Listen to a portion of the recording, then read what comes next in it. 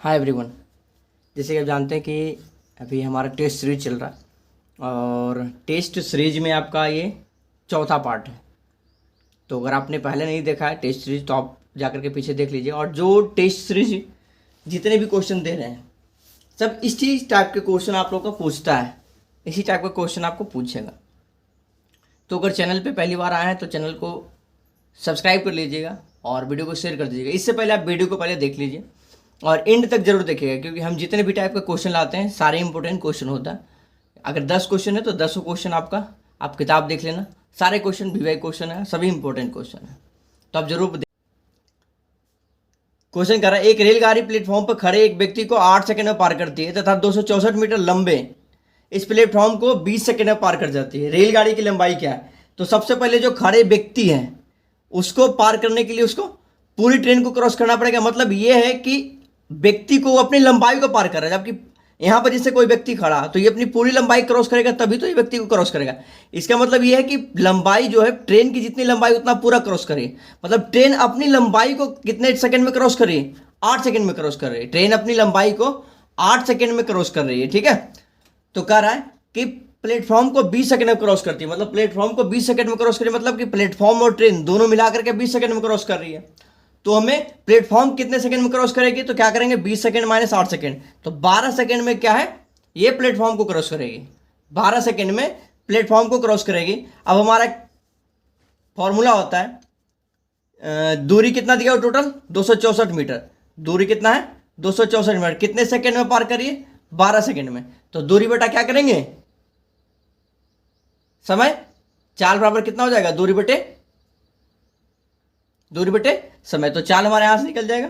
ठीक है, तो ये काटेंगे तो आपका आ जाएगा 12 दूनी 24 और 12 दूनी 24, 22 बार में कट जाएगा। तो ये कितना आएगा 22 मीटर पर सेकेंड। ये आपका कितना आ जाएगा, ये चाल आ जाएगा। ट्रेन की चाल कितना आ जाएगा, 22 मीटर पर सेकेंड। अब करें रेलगाड़ी की लंबाई मीटर में क्या है, रेलगाड़ी की लंबाई पूछ रहा है। तो रेलगाड़ी कितने सेकंड में अपनी दूरी को क्रॉस कर रही थी? 8 सेकंड में क्रॉस कर रही थी। रेलगाड़ी अपनी लंबाई को 8 सेकंड में क्रॉस कर रही है। कितने चाल से? 8, 22 मीटर पर सेकंड। कितने सेकंड में? 8 सेकंड में। तो सेकंड से सेकंड ये कट जाएगा 8 सेकंड में। ठीक है, 22 8 176, 176 मीटर, 176 मीटर की इसकी लंबाई है। कितनी है? 176 मीटर की। ठीक है, उम्मीद है आपको क्वेश्चन समझ में आ गया होगा। चलिए नेक्स्ट क्वेश्चन देखते हैं। दूसरा नंबर क्वेश्चन, दूसरा वीवीआई क्वेश्चन है, इंपॉर्टेंट क्वेश्चन है।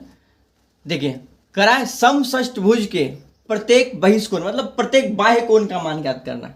समषष्टभुज की प्रत्येक बाह्य कोण, तो मान लेते हैं समषष्टभुज, ये बना लेते हैं, ये आपका ले लेते हैं समषष्टभुज, ये मान लेते हैं ये आपका समषष्टभुज है। ठीक है, मतलब प्रत्येक बाह्य कोण, मतलब ये सीधा वाला। आइए देखिए, जब भी इस टाइप का जब भी कोण बनता है ना, जबकि सीधी लाइन पे कोण बनता है, तो ये हमारा क्या होता है, ये आपका हो जाएगा 120 डिग्री और ये कितना ये हो जाएगा आपका 60 डिग्री, क्योंकि बाहर वाला कोण जो बनेगा हमेशा 60 डिग्री का बनता है और ये आपका क्या बनता है, 120 डिग्री का कोण बनता है। जब भी सीधी रेखा पे बनेगा तो 180 डिग्री का बनता है। तो आपका ये वाला अंदर वाला अगर पूछेगा तो 120 डिग्री, और बाह्य कोण जो हमारा बनता है वो कितने डिग्री का बनता है, 60 डिग्री का बनता है। तो हमारा आंसर क्या रहेगा, 60 डिग्री। अगर अंतः कोण का पूछता तो आंसर क्या हो जाता है, 120 डिग्री। ठीक है, सीधी लाइन पे 180 डिग्री, ध्यान रखिएगा। अगर सीधी लाइन पे जब भी अगर कोण बनेगा, जैसे ये कितने डिग्री का कोण बनता है, तो 180 डिग्री का कोण बनता है। ये हम ऑलरेडी पहले पढ़ चुके हैं। इसी तरह से ये देखिए, सीधी लाइन पे ही ये कोण बन रहा है, तो आपका टोटल 180 डिग्री का बनता है, जिसमें बहिष्कोण क्या होता है अपना 60 डिग्री का होता है। चलिए देखते हैं नेक्स्ट क्वेश्चन नंबर तीसरा क्वेश्चन आपका है।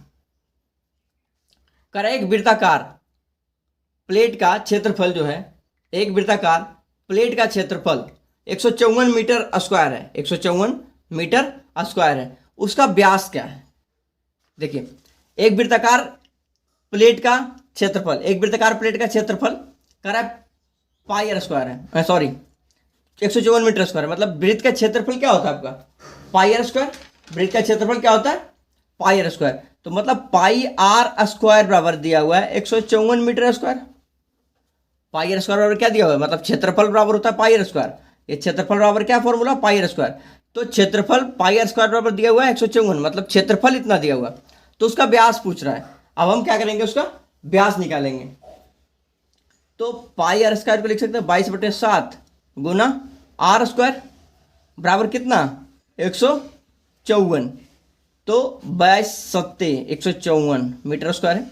7 बार में कट जाएगा, 7×7 = 49, तो आर स्क्वायर बराबर कितना हो जाएगा 49, तो आर बराबर √49, तो आर बराबर कितना हो जाएगा 7। ये आपका त्रिज्या निकल गया 7, आर निकल गया 7। तो अगर व्यास पूछेगा तो व्यास क्या करेंगे, व्यास अगर पूछ रहा है तो 7 × 2 बराबर कितना 14। इसका आंसर कितना हो जाएगा 14। ठीक है, चलिए नेक्स्ट क्वेश्चन देखते हैं। 4 नंबर क्वेश्चन, चौथा नंबर क्वेश्चन देखते हैं। कह रहा 512 के कितने गुणक पूर्ण वर्ग हैं। 512 के कितने गुणक जो है पूर्ण वर्ग। अगर कहीं पूर्ण वर्ग पूछे, गुणक हो या भाजक हो, यहाँ पे भाजक भी दे देगा, ये गुणक भी दे देगा, तो बिल्कुल कंफ्यूज नहीं। क्या करना है, 512 का हमें फैक्टर निकालना है। 2 से निकालेंगे, 2 दूनी 4 और हो जाएगा आपका 2 × 5 = 10 और 2 × 6 = 12।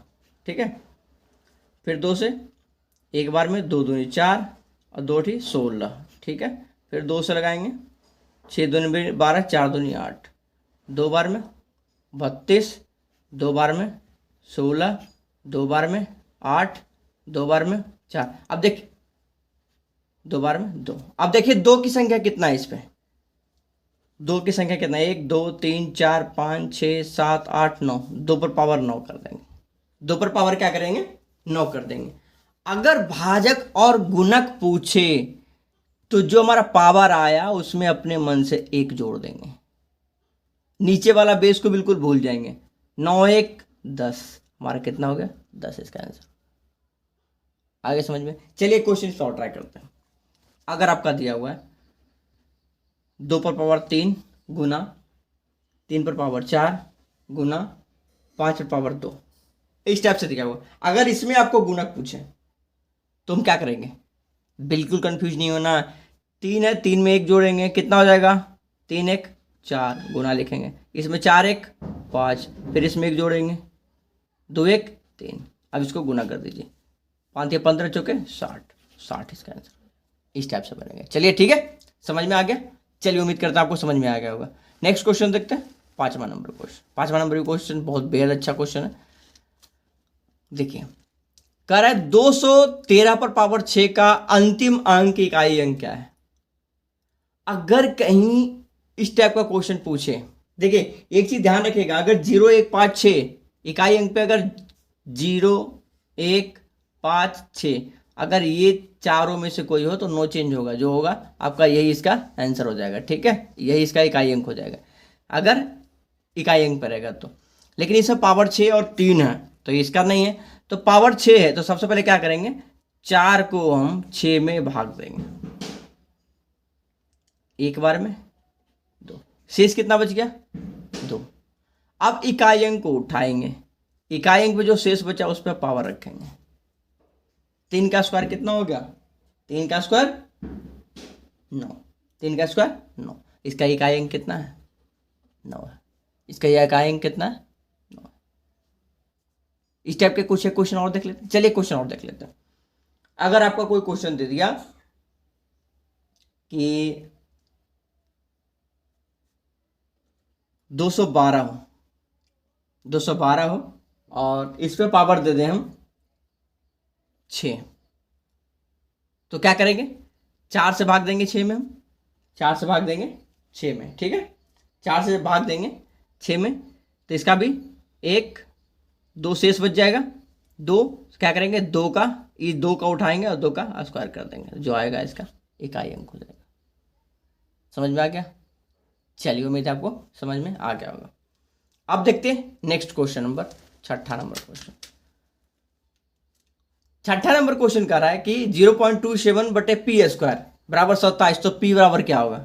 सबसे पहले इसमें क्या कीजिए, देखिए 0.27 है, इसको हम इधर ले आते हैं और इसको इधर भेज देते हैं। इधर वाला जब ले आएंगे तो भाग में हो जाएगा, ये गुना में तो बटा में हो जाएगा। 27 इधर आ जाएगा, इसको क्या करेंगे p²। लिख सकते हैं, कोई दिक्कत नहीं। चलिए अब कीजिए, चाहे तो दशमलव काट भी सकते हैं, ऐसे काट सकते हैं तो 2 0 बढ़ जाएगा, ठीक है, 100 में कट जाएगा। इसको हम लिख सकते हैं 1/100 बराबर क्या p², लिख सकते हैं ना। अगर इसी को p बराबर लिखना हो तो क्या हो जाएगा, √1/100 बराबर p। तो हम क्या लिख सकते हैं इसको, फिर यहां पे आ जाता है 1 का 1/10 बराबर p। अब 10 से जब भाग देंगे तो कितना हो जाएगा 0.1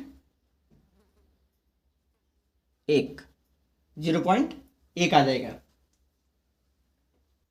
इसका आंसर हो जाएगा। p बराबर कितना आया निकल के 0.1। चलिए नेक्स्ट क्वेश्चन देखते हैं, 7वां क्वेश्चन नंबर 7वां हल करें। देखिए देखने में तो बिल्कुल हल्का क्वेश्चन लग रहा है, 10⁻9 है। अब 10 को 9 बार कहाँ गुना करोगे आप, 10⁻2 है, 10 भाग 3 है, भाग 10⁻3 है। तो हम क्या करेंगे, सबसे पहले इसमें भाग का काम करेंगे। भाग का काम करेंगे तो गुना में पावर जुड़ता है, भाग में पावर घटता है, ध्यान रखिएगा। गुना में पावर जुड़ता है, भाग में पावर घटता है, तो 2 में से 3 जाएगा नहीं, तो क्या हो जाएगा 10⁻−1 हो जाएगा। फिर गुना है 10⁻9, तो इसमें क्या होगा, गुना में पावर जुटेगा, जब 9 में से 1 जोड़ेंगे तो कितना हो जाएगा 8। ये प्लस में ये माइनस में, तो +−8 हो जाएगा। 10 बराबर कितना हो गया 8, 10⁻8 आंसर। आगे समझ में, इसको इससे घटा दिए, फिर इसको इससे जोड़ दिए, जोड़ेंगे तो माइनस में आया, इस वजह से ये घट के कितना हो गया 10⁻8। बस काम खत्म। चलिए नेक्स्ट क्वेश्चन देखते हैं, 8वां नंबर क्वेश्चन कह रहा है दो संख्याएं 4:5 के अनुपात में है। दो को संख्या मान लेते हैं, पहली संख्या दूसरी संख्या, अनुपात कितना है 4:5 में। उनका लासा यानी लासा बराबर कितना है 180, तो 5 के 20 अनुपात 20 बराबर कितना दिया हुआ है 180। तो 0 0 कट गया, 2 9 18, यानी अनुपात 1 बराबर कितना आ गया 9। अब कह रहा है उनका योग ज्ञात कीजिए, उनका योग ज्ञात करना है। योग ज्ञात करेंगे तो क्या हो जाएगा 9 चौके 36 और 9 पचे 45। 9 को इससे गुना करेंगे, 9 को इससे भी गुना करेंगे, 9 चौके 36 और 45। जब 36 और 45 को ऐड करेंगे तो आ जाएगा 6 5 11, 4 3 7 1 8, 81। इसका 81 आंसर हो जाएगा। ठीक है, चलिए देखते हैं नेक्स्ट क्वेश्चन 9 नंबर। कह रहा 10 रुपये प्रति दर्जन की दर से 10 दर्जन चॉकलेट खरीदी जाती है। 10 रुपये दर्जन की दर से, मतलब 10 रुपये की दर्जन दर से, मतलब एक दर्जन का 10 रुपये दे रहा है। क्वेश्चन कह रहा है कि 10 रुपये प्रति दर्जन, मतलब एक दर्जन का 10 रुपये की दर से 10 दर्जन, टोटल कितना खरीद लिया 10 दर्जन, तो मतलब 10 रुपये प्रति दर्जन से 10 दर्जन।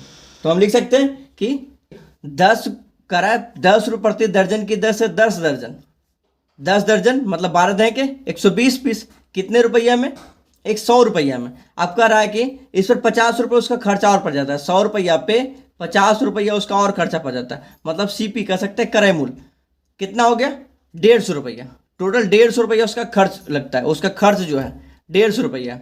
और कह रहा है कि 2 रुपये प्रति नग की दर से बेची जाती है, मतलब 120 गो था, इसको 2 रुपया में बेच रहा है, तो कितना हो गया ये 240 रुपया। 150 रुपये सब कुछ करके लाया और 240 रुपये का टोटल बेचा है, मतलब ये क्या हो गया आपका SP विक्रय मूल्य हो गया, ये विक्रय मूल्य हो गया। अब कह रहा है कि तो प्रतिशत लाभ ज्ञात करें, तो कितने का अंतर हो गया, कितने का लाभ हुआ इसको, 240 माइनस 150 करेंगे 90 रुपए का लाभ हुआ, कितने पे 150 रुपया पे 90 रुपए का लाभ हुआ, बट गुना 100। प्रतिशत अब निकालेंगे तो काट देंगे, 3 तिया 9 और 5 तिया 3 तिया 9 और 5 तिया 15, 20 बचे 100 यानी 60। इसका आंसर कितना हो जाएगा 60 हो जाएगा।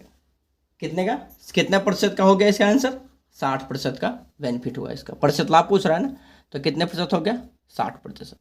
उम्मीद है आपको क्वेश्चन समझ में आ, जिसे 20 महिला 16 दिन में करती है। एगो कोई काम है जिसको 20 महिला 16 दिन में कर सकती है, और उसे 16 पुरुष 15 दिन में पूर्ण किया जाता है, और 16 पुरुष जो 15 दिन में ही पूर्ण कर देता है, पूरा काम कर देता है।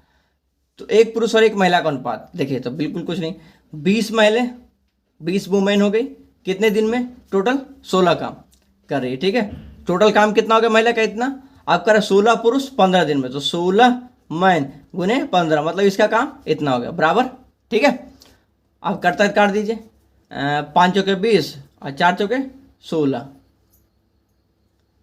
4 चौके 16 और 5 तिया 15, ठीक है। तो ये कितना आ गया? 4/3M। अब कह रहा है पुरुष और महिला का अनुपात, पुरुष और महिला का अनुपात, तो हम इसको लिख सकते हैं M बट्टा, क्योंकि पुरुष ऊपर होना चाहिए, तो क्या हो जाएगा इसका आंसर? 4/3, यानी 4:3 इसका आंसर हो जाएगा। 4:3 इसका आंसर हो जाएगा, ठीक है। 10 क्वेश्चन इस वीडियो में आप लोग का रेडी हो चुका। और अगर आप चैनल पे पहली बार आए हैं तो चैनल को सब्सक्राइब कर दीजिएगा, वीडियो को शेयर कर दीजिएगा। मिलेंगे नेक्स्ट वीडियो में। आज की फिलहाल थैंक यू।